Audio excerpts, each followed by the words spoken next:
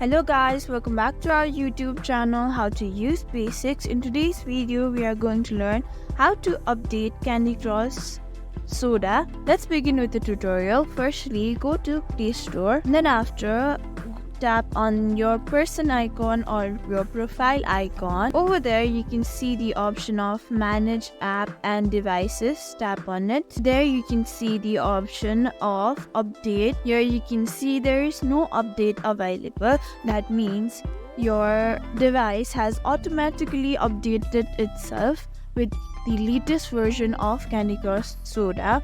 You can again go back and check it by searching it as well. Here you can see the option of play rather than update, so your Candy Crush Soda is up to date. Thank you for watching this video. Make sure you like, share and subscribe to our YouTube channel for more such content.